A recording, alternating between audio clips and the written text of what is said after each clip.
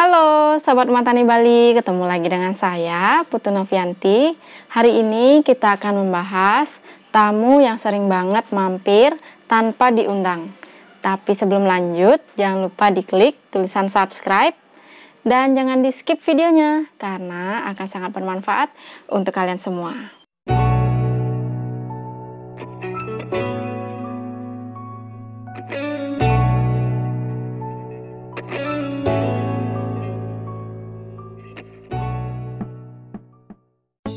Di video kami sebelumnya, kami sudah membahas tentang hama yang satu ini. Nah, hari ini kami akan membahas yang satu ini. Jika kalian baru pertama kali melihat, pasti kalian bingung. Siapa sih yang membuat kondisi daun menjadi seperti ini? Atau siapa sih yang melukis di atas daun seperti ini? Nah, kita yang menanam tidak di greenhouse, yang hanya beratapkan langit seperti ini, pasti akan sering sekali dikunjungi oleh tamu satu ini. Kondisi seperti ini disebut dengan leaf miner. Pertama kali kami mengetahui hama ini ketika waktu itu kami menanam pakcoy. Jadi sudah ada beberapa daun yang terserang oleh hama leaf miner ini. Nah, saat kami menanam kangkung, tidak ada satupun daun kangkung kami yang terserang hama dari leaf miner ini. Nah, ketika menanam pakcoy, mulailah terlihat serangan tersebut. Dan apalagi sekarang tanaman kami sudah lebih bervariatif, jadi serangannya juga semakin banyak. Nah, awalnya kami tuh bisa menghilangkan menggunakan tangan, tapi lama-kelamaan kan nggak bisa ya kita menghilangkan semuanya dengan tangan. Masa satu persatu kita cari terus kita buang begitu saja? Tapi kita membaca juga beberapa referensi bahwa mereka mengatakan jika ada daun yang terserang, kita bisa menghilangkan atau memotong daun tersebut. Nah, karena seperti yang tadi saya bilang, karena serangannya itu sangat banyak, jadi kan kita tidak bisa memotong semua daun yang terserang. Nah, ketika itulah kami mencari lagi referensi bagaimana caranya untuk mencegah dari leaf miner ini. Jadi, leaf miner ini adalah larva dari lalat buah. Prosesnya begini. Si lalat buah betina akan bertelur dan menyimpan telur mereka dengan cara menyayat jaringan daun. Dan telur-telur ini akan berubah menjadi larva. Larva-larva ini kemudian akan menggali terowongan pada jaringan daun. Nah, mereka akan menggali terowongan tersebut dan menjadikannya sebagai makanan mereka. Ketika mereka mulai menggali terowongan, ini akan membuat jaringan daun itu akan rusak, sehingga di permukaan daun akan tampak seperti guratan-guratan putih. Inilah yang menyebabkan kalian tidak bisa melihat apa-apa di permukaan daun, karena memang prosesnya itu di dalam jaringan daun. Jika serangan ini dibiarkan dalam jangka waktu yang lama, maka tanaman kalian akan habis digerogoti oleh larva-larva ini. Ya, walaupun serangannya tampak sederhana, tapi ini cukup mengganggu.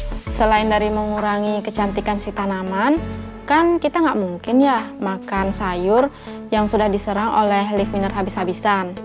Katanya sih kalau tanaman itu diserang oleh leaf miner habis-habisan, tanaman itu akan menjadi kering, kemudian akan menjadi mati karena mereka tidak bisa menumbuhkan tunas baru. Tapi syukurnya tanaman-tanaman kami di sini tidak sampai mati karena kami menggunakan trik-trik khusus. Memang sih waktunya ini singkat karena kan perubahan dari larva menjadi pupa itu sekitar 4-6 hari. Kemudian mereka akan beristirahat sekitar 8-11 hari. Lalu keluar dari jaringan daun dan terbang sebagai imago leaf miner. Memang sih prosesnya ini sebentar, tapi kalau misalnya ada seratusan telur yang tersebar pada tanaman kalian, tanaman akan menjadi mati akibat dari rusaknya jaringan-jaringan pada daun-daun mereka. Dan ujung-ujungnya kita yang gagal panen. Dulu kami pernah membuktikan keberadaan dari larva leaf miner ini. Jadi kami pernah mengorek di guratan putih tersebut, lalu kami menemukan larva dari leaf miner. untuk lalatnya sendiri itu berwarna kuning dan ukurannya relatif sama dengan lalat-lalat biasanya. Nah, lalat buah ini juga bersifat polifag, di mana mereka dapat menyerang beberapa jenis tanaman dalam waktu yang bersamaan. Misalnya seperti pakcoy, tomat, dan tanaman-tanaman lain yang mereka memang suka. Karena kami di atas ember kebetulan menanam tanaman-tanaman yang mereka suka, jadi mereka dengan senang hati datang tanpa diundang. Serangan hama ini tidak memandang dari metode pertaniannya. Ketika kita bertani di outdoor, kemungkinan besar kita akan dikunjungi oleh hama ini. Apalagi misalnya kita tidak punya proteksi apapun. Kita yang berbudik damer dengan tanaman yang sedikit saja masih bisa terserang hama ini. Ingat ya, budik damer itu tidak hanya menjaga ikan saja, tapi kita menjaga seluruh kehidupan yang ada di dalam ember. Maka dari itu, ketika kita mendapat serangan dari hama leaf miner ini, kita perlu mengobati dan melakukan pencegahan agar tanaman yang lainnya tidak ikut terserang oleh hama leaf miner ini. Kalian pasti ingin tahu kan bagaimana solusi ketika kita mendapat serangan dari hama leaf miner ini. Yang perlu kami lakukan atau yang perlu kami beritahukan, yang pertama adalah bagaimana cara mengobatinya. Untuk pengobatannya, kami pribadi menyarankan untuk memotong atau membuang daun yang sudah dirusak oleh larva leaf miner ini. Karena leaf miner ini tidak dapat diobati. Artinya, ketika jaringan daun sudah dirusak oleh larva leaf miner, jaringan daun ini tidak dapat kembali ke kondisi semula. Karena memang kan jaringannya sudah rusak, dan juga kita tidak bisa memakan daun-daun yang sudah terserang oleh leaf miner ini. Jadi mau tidak mau, jalan satu-satunya adalah dengan memotong daun yang sudah terserang leaf miner ini untuk mengobati dan mencegah serangan leaf miner berkelanjutan.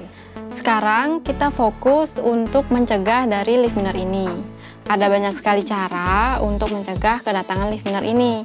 Mulai dari ada yang melakukan rotasi tanaman, terus juga menyemprotkan pestisida nabati atau kimia, terus juga ada yang membuat perangkap. Nah, cara yang akan kami bagikan ini adalah cara berdasarkan pengalaman kami pribadi. Jika kalian memiliki cara lain, bisa juga tulis di kolom komentar dan sertakan alasan ilmiahnya. Siapa tahu kita bisa mengikuti cara yang kalian buat. Untuk pencegahan yang pertama, kami lakukan dengan mengeluarkan larva dari dalam jaringan daun menggunakan tangan. Ini kami lakukan untuk mencegah dan menghentikan terbentuknya imago-imago lain. Dan ini kami lakukan ketika serangannya masih sedikit. Dan jika serangannya sudah banyak, sebaiknya daun-daun tersebut dipotong untuk mengobati dan mencegah penyebaran leaf miner semakin meluas. Cara ini kami hanya lakukan 1 kali saja, karena waktu itu beberapa jenis tanaman kami sempat diserang secara bersamaan oleh leaf miner. Itulah kehebatan dari leaf miner, dia dapat menyerang beberapa tanaman dalam waktu yang bersamaan.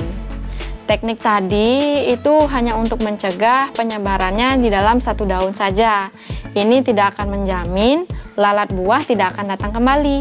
Jadi kami melakukan cara yang kedua untuk pencegahannya, yaitu adalah membuat trap atau jebakan untuk lalat buah. Trap ini sering sekali disebut dengan yellow trap karena jebakannya dicat dengan warna kuning. Tapi sebenarnya kunci trap ini adalah petrogenol. Ada juga beberapa penelitian mengatakan bahwa jika trap tersebut dicat dengan warna kuning lalu ditambahkan dengan petrogenol, ini akan cenderung lebih memikat si lalat buah. Tapi ada juga yang membuat jebakan yang dicat berwarna kuning lalu ditambahkan petrogenol di dalamnya dan dilapisi lem juga di bagian luarnya, sehingga lalat-lalat dapat menempel di bagian terluar dari jebakan tersebut. Tapi kalau untuk kami sendiri, kami tidak mengecat trap yang kami buat ini. Nah, ini adalah trap yang kami buat. Jadi ini sangat sederhana ya teman-teman. Ini di dalamnya sudah kami tambahkan tisu yang sudah ditetesi oleh petrogenol. Kalian penasaran nggak apa sih petrogenol itu? Nah, ini dia petrogenol yang kami gunakan. Ini dapat kalian dapatkan di toko-toko pertanian terdekat. Jadi di sini kami membuat trap ini dengan cara botol dari air mineral kami potong, lalu ujungnya kami masukkan seperti ini. Dan di sini sudah kami buat lubang untuk jalan masuk si lalat buah. Dan di dalamnya ini ada tisu yang sudah kami tetesi dengan petrogenol ini. Jadi yang paling penting dalam pembuatan trap ini adalah tangan kalian jangan sampai menyentuh petrogenol. Karena jika tangan kalian sudah menyentuh petrogenol, maka kalian kan akan pegang-pegang nih di sini. Takutnya nanti kan si lalat buahnya nggak masuk ke dalam, malah dia diam di luar. Jadi nanti perangkapnya malah gagal. Kalau misalnya kalian menambahkan lem di botol terluar ini, kan nanti lalatnya langsung menempel tuh. Tapi kami memilih cara yang paling sederhana seperti ini. Selain dari mengirit biaya, tanaman kami juga tidak banyak. Nah, ini juga lumayan efektif sih teman-teman. Jadi di sini sudah ada 3 lalat yang terperangkap di sini. Nah, seperti ini. Yang penting disesuaikan saja dengan kondisi kalian masing-masing. Petrogenol ini berfungsi untuk menarik lalat karena aromanya. Nah, lalat jantan lebih cenderung tertarik dengan bau petrogenol. Tapi ada juga literatur yang mengatakan bahwa lalat betina bisa juga tertarik dengan bau petrogenol. Tapi kalau kami pribadi, baik lalat jantan ataupun lalat betina yang terperangkap, kami tidak masalah. Kenapa? Karena kalau misalnya lalat jantan yang terperangkap, tidak ada yang membuahi si betina. Dan kalau yang betina yang terperangkap, jadi tidak ada yang dibuahi dan juga tidak ada yang menaruh telur-telur mereka di jaringan daun. Jadi aman kan? Untuk cara meletakkan trap ini, kami letakkan mereng seperti ini. Ini untuk mencegah air hujan masuk ke dalam botol. Jika hujan turun kan nanti bisa langsung lewat nih di sini, nggak mampir dulu ke botol. Oh, gitu. Nah, selain dari cara-cara tadi, kita juga punya cara yang terakhir untuk pencegahan, yaitu dengan menyemprotkan air rendaman kulit bawang. Ini juga sudah pernah kami sampaikan di video sebelumnya. Jadi yang ingin tahu apa manfaat dan fungsinya bisa dicek di sini ya. Air rendaman kulit bawang ini merupakan paket komplit untuk kami karena selain dari lalat buah, dia juga bisa untuk mencegah dari si kutu putih. Jadi berkat ketiga cara pencegahan kami, tanaman-tanaman kami di sini hingga video ini dibuat aman dari serangan leaf miner. Tapi ini kami hanya skala rumahan ya teman-teman. Dan dari tema ini kita sudah belajar apa itu leaf miner dan bagaimana cara mengatasinya. Tapi itu versi kami. Sekian dulu video sharing hari ini. Bertanilah sesuai dengan kemampuan dengan tulus ikhlas. Kalian akan mendapatkan kebahagiaan di dalam bertani, bagaimanapun metode yang sedang kalian jalani. Jika video ini bermanfaat, jangan lupa di-share. Jika suka, klik like. Jika tidak suka, langsung di-unlike. Jika ada pertanyaan seputar tema ini, langsung tulis di kolom komentar. Dan jangan lupa diklik tulisan subscribe. Sampai jumpa di video-video kami selanjutnya.